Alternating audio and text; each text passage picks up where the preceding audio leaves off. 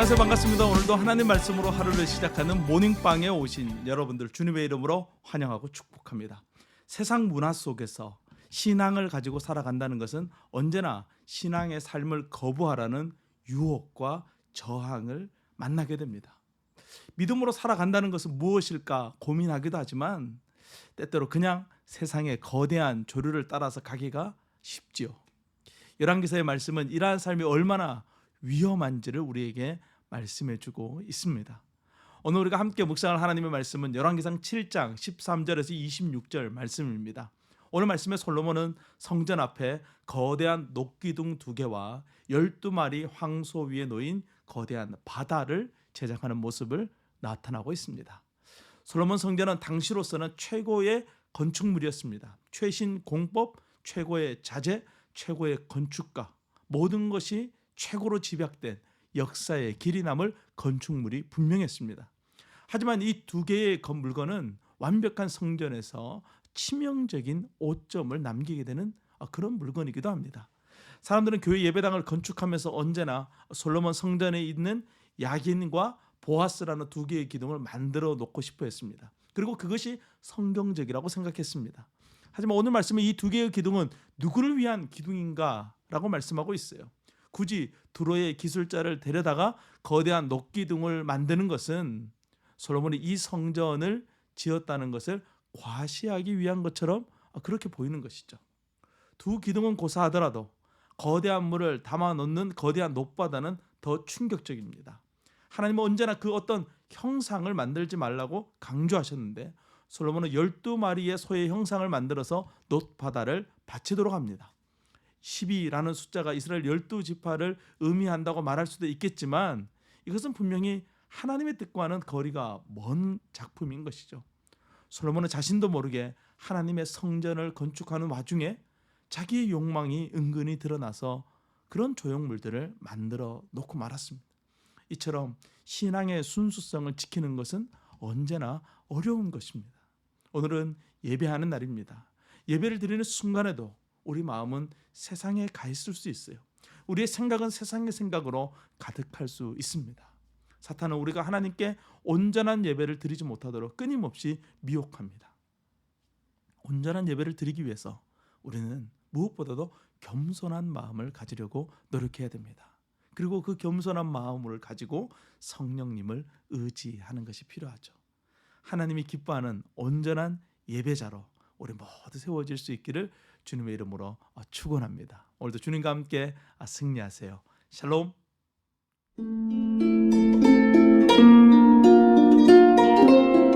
이스라엘 백성들이 이집트에서 나온 지 480년째 되는 해, 솔로몬이 이스라엘을 다스린 지 4년 12월 곧 둘째 달에 솔로몬이 여호와의 성전을 건축하기 시작했습니다.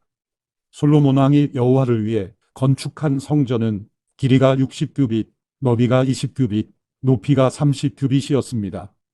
성전의 낭실은 길이가 성전 너비와 같아 20규빗이었고 그 너비는 성전 앞쪽에서부터 10규빗이 들어갔습니다. 그는 성전 안에 비스듬한 창을 냈습니다.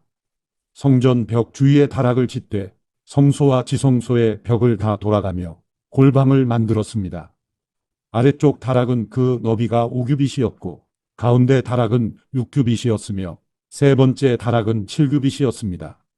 그는 성전 바깥쪽을 돌아가며 턱을 내어 골방 들보가 성전 벽에 박히지 않게 했습니다.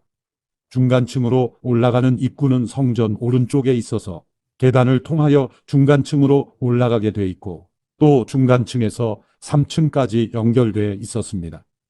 이 방 앞에 성소는 길이가 40규빗이었습니다. 그는 성전 안에 안쪽 성소를 마련해 그곳에 여호와의 언약궤를 모셔두었습니다.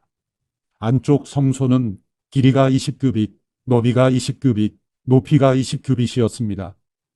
안쪽 성소에는 올리브 나무로 만든 2그룹이 있었는데 각각 그 높이가 10규빗이었습니다. 첫 번째 그룹의 한쪽 날개는 길이가 5규빗, 다른 한쪽 날개도 5규빗, 이쪽 날개 끝에서 저쪽 날개 끝까지가 10규빗이었습니다. 두 번째 그룹도 10규빗으로 두 그룹은 크기와 모양이 같았습니다. 한 그룹의 높이가 10규빗이었고 다른 그룹도 마찬가지였습니다. 그는 성전의 지성소 안에 두 그룹을 두었는데 그 모습은 날개를 펼친 것으로 한 그룹의 날개는 한쪽 벽면에 닿았고 다른 그룹의 한쪽 날개는 다른 쪽 벽면에 닿았으며 지성소 중앙에서 두 그룹의 날개가 서로 닿았습니다. 그는 그룹들도 금을 입혔습니다. 또 안쪽 성소나 바깥 성소 모두 성전 전체의 벽을 둘러가며 그룹과 종려나무와 꽃이 핀 모형을 조각해 놓았고 성전의 안쪽 성소와 바깥 성소 모두 바닥에 금을 입혔습니다. 이렇게 그는 성전 전체에 금 입히기를 마쳤습니다. 그는 또한 안쪽 성소에 있는 제단에도 전부 다 금을 입혔습니다. 안쪽 성소의 입구에는 올리브 나무로 문을 만들어 달았는데 인방과 문설주는 벽 두께의 5분의 1이었습니다. 또한 두 개의 문은 올리브 나무로 만들었고 거기에 그룹과 종려나무와 꽃이 핀 모형을 새겨 넣고 그룹과 종려나무에 금을 입혔습니다.